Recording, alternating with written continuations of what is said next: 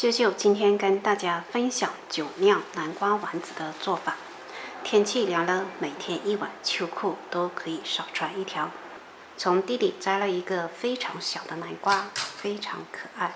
我们先将它去皮，这南瓜皮非常硬，不好削。去好皮后再清洗一下。洗好的南瓜去头去尾，再对半切开，用调羹刮去里面的南瓜瓤。将它切成薄片，尽量薄一些，比较容易蒸熟。切好装盘，冷水上锅，盖上盖子，大火煮开后转中小火将它蒸熟。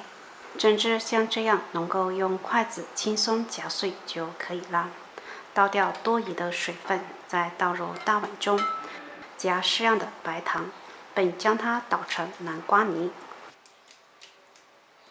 趁热分多次少量加入糯米粉，将它揉成软硬适中的面团，像这样就可以了。就一小团的面团，将它搓圆，用左手拇指压出一个小窝，放上一粒提前洗干净、晾干水分的生花生，继续搓圆，像这样就可以了。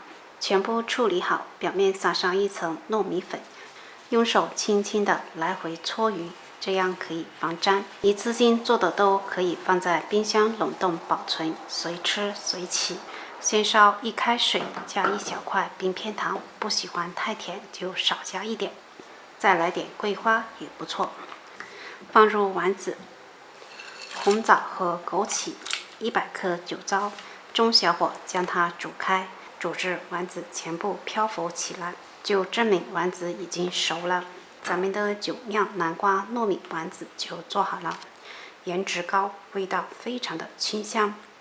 女性朋友可以经常食用，对身体大有好处。喜欢的朋友可以在家试一下。